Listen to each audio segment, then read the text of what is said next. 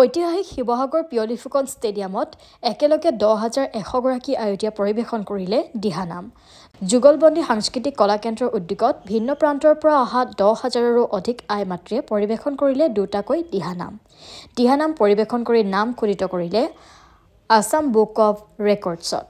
সৰ্বাধিক মহিলাই হাত চাপৰি মৰাৰ ৰেকৰ্ডো হোৱা বুলি সদৰি কৰিছে সংশ্লিষ্ট কৰ্তৃপক্ষই। ইয়াৰ উপৰিও নেশ্যনেল বুক অৱ ৰেকৰ্ডছত স্থান লাভৰ সম্ভাৱনা ব্যক্ত কৰিলে ৰাষ্ট্ৰীয় বুক অৱ ৰেকৰ্ডছৰ প্ৰতিনিধিয়ে। ইয়াত উপস্থিত হয় আমি আছো বৰ্তমান শিৱসাগৰ পিয়লি ফুকন খেলপথাৰত। ইয়াত আজি 10,100 এগৰাকী আই মাতৃয়ে 20 মিনিট ধৰি দিহানাম গাই এটা অভিলেখ কৰিলে, যিটো আজি আমি ৰাজ্যিক পৰ্যায়ৰ বঁটা প্ৰদান কৰিছো। এইটো এটা ৰাষ্ট্ৰীয় পৰ্যায় আৰু আন্তঃৰাষ্ট্ৰীয় পৰ্যায়তো স্বীকৃতিপ্ৰাপ্ত হোৱাৰ সম্ভাৱনা আছে। আৰু লগতে মহিলাৰ দ্বাৰা সৰ্বাধিক হাত চাপৰিৰ অভিলেখো আজি কৰিছে ইয়াত। গতিকে এইটো আমি এপ্লাই কৰিম ভৱিষ্যত টাইমত হয়তো অতি সোনকালে নেশ্যনেল বা ইণ্টাৰনেশ্যনেল ৰেকৰ্ডো হ'ব পাৰে। আধ্যাত্মিক পৰিৱেশ গঢ়ি তোলা আৰু আছাম বুক অৱ ৰেকৰ্ডছত নাম অন্তৰ্ভুক্তিৰ লক্ষ্যৰে অনুষ্ঠিত কৰা অনুষ্ঠানটোত ৰেকৰ্ডছৰ বিষয়ববীয়াৰ উপৰিও অতিথি হিচাপে উপস্থিত থাকে বিধায়ক অখিল গগৈ, আউনীআটী সত্ৰৰ সত্ৰাধিকাৰ ডক্টৰ পীতাম্বৰ দেৱগোস্বামীসহ দিহানামৰ সম্ৰাট কমলা গগৈ সহ বহু সংখ্যক গণ্যমান্য ব্যক্তি। অন্যহাতে এই অনুষ্ঠানত দিহানাম পৰিৱেশন কৰি অতিকৈ আনন্দ প্ৰকাশ কৰে আয়তীসকলে। শিৱসাগৰৰ পৰা Aminur Rahman report, NDS news.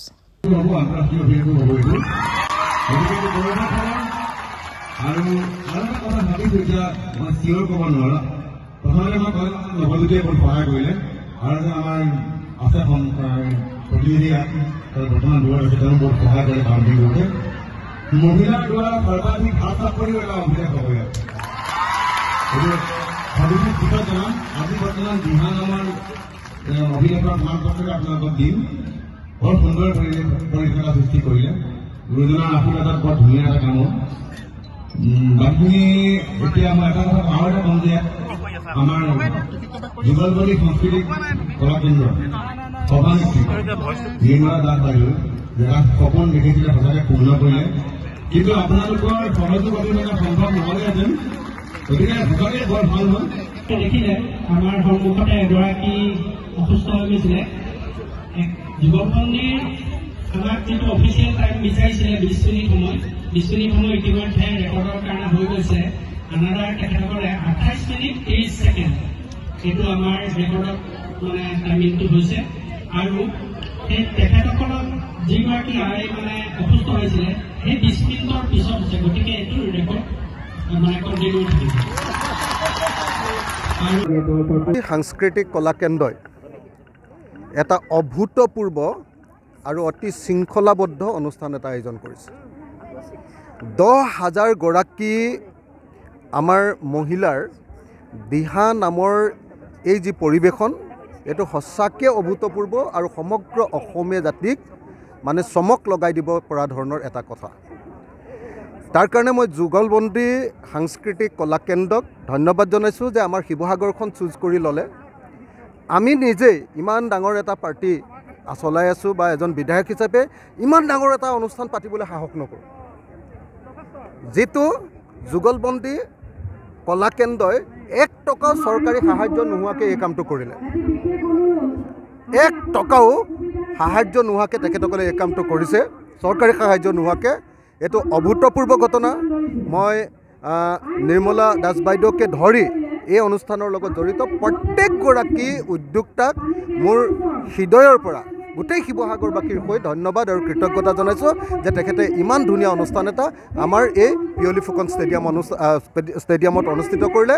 আৰু ষ্টেডিয়াম কৰ্তৃপক্ষকো মই ধন্যবাদ জনাইছোঁ যে তেখেতসকলে ঠাইখিনি দিলে। আৰু ইমান ধুনীয়া অনুষ্ঠানটোত যিসকল উদ্যোক্তাই সুন্দৰভাৱে এই অনুষ্ঠানটো আয়োজন কৰিলে মই তেখেতসকলক সকলোকে কৃতজ্ঞতা জনাইছোঁ, ধন্যবাদ জনাইছোঁ। আৰু আশা কৰিছোঁ আমাৰ যি শংকৰী পৰম্পৰা, সেই শংকৰী পৰম্পৰাই এই ঘটনাই আৰু এই পৰিৱেশনে, এই দিহানাম পৰিৱেশনে আমাৰ এই শংকৰী পৰম্পৰাক আৰু অধিক সবল কৰিব। মই সকলোকে অভিনন্দন আৰু শুভেচ্ছা জ্ঞাপন কৰিছোঁ।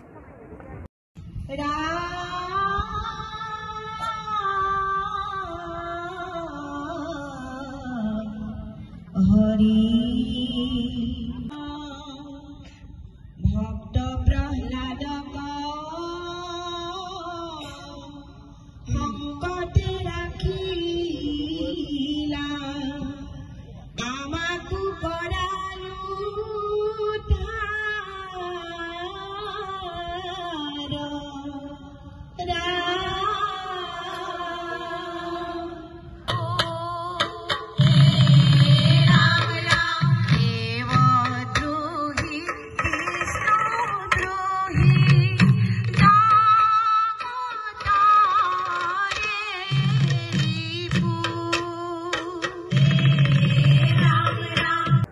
জয়গুৰু শংকৰ আপোনালোকে জানে যে শিৱসাগৰত পোনপ্ৰথমবাৰৰ বাবে পিয়লি ফুকন ষ্টেডিয়ামত 10,000তকৈ অধিক আই মাতৃ আজি একেলগে দিহানাম পৰিৱেশন কৰিব আমি আচলতে ভাবিছিলোঁ সৰ্বপ্ৰথমে যে যিহেতু দিহানাম প্ৰতিযোগিতাৰ যুগ বিভিন্ন সময়তে দিহানাম প্ৰতিযোগিতা হৈ থাকে এইবাৰ ব্যক্তিক্ৰমী হিচাপে পোনপ্ৰথমবাৰৰ বাবে যুগলবন্দী সাংস্কৃতিক কলা কেন্দ্ৰই এটা ব্যক্তিক্ৰমী প্ৰচেষ্টা আমি হাতত লৈছিলোঁ তাৰে মূল কাৰণ হৈছিলে যে দিহানাম আমি এই দিহানামক সদৌ অসমৰ ৰাইজে ইমান সুন্দৰভাৱে আদৰি ল'লে যে আমি প্ৰথমতে 5,555 গৰাকী তাৰ পাছত কমে কমে আহি 8,888 পালোহি 8,888 পাৰ হৈ এতিয়া বৰ্তমান আমি 10,000তকৈ অধিক আই মাতৃ আজি ইয়াতে পিয়লি ফুকন ষ্টেডিয়ামত দিহানাম পৰিৱেশন কৰিব এইটো শিৱসাগৰবাসীৰ বাবে গৌৰৱৰ কথা কাৰণ পোনপ্ৰথমবাৰৰ বাবে শিৱসাগৰত একেলগে সদৌ অসমৰ পৰা 10,000 আই মাতৃয়ে আজি এই শিৱসাগৰ জিলালৈ তেওঁলোকে ইমান এটা সুস্থ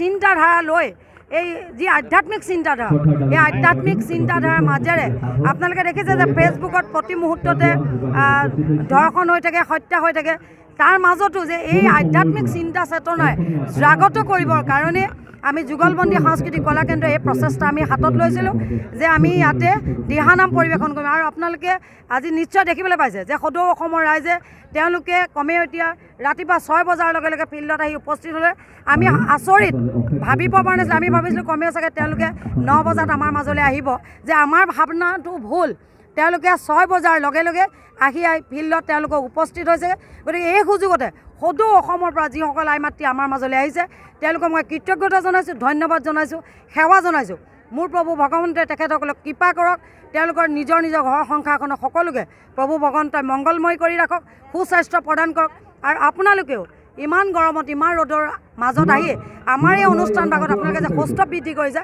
তাৰ কাৰণেও আপোনালোকৰ সকলো শ্ৰীচৰণত যুগলবন্দী সাংস্কৃতিক কলা কেন্দ্ৰৰ সভানেত্ৰী হিচাপে আপোনালোকে সকলো শ্ৰীচৰণত মই সেৱা জনাইছোঁ